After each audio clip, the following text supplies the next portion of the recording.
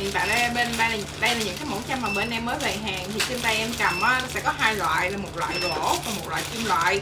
Thì mẫu mã của nó khá là đơn giản, thì bạn nào mà thích cái kiểu có thói quen búi tóc bằng đũa hay là bằng những cái vật dụng mà nó có tính chất mà không phải là đồ cột tóc á, thì mọi người có thể tham khảo qua nha. Với kiểu dáng nè, từ mẫu mã mà những cái mẫu cầu kỳ hay như vậy, hoặc là đơn giản hơn một xíu như thế này, thì mọi người cũng có thể nhanh tay nhấp vào giỏ hàng để tham khảo nha.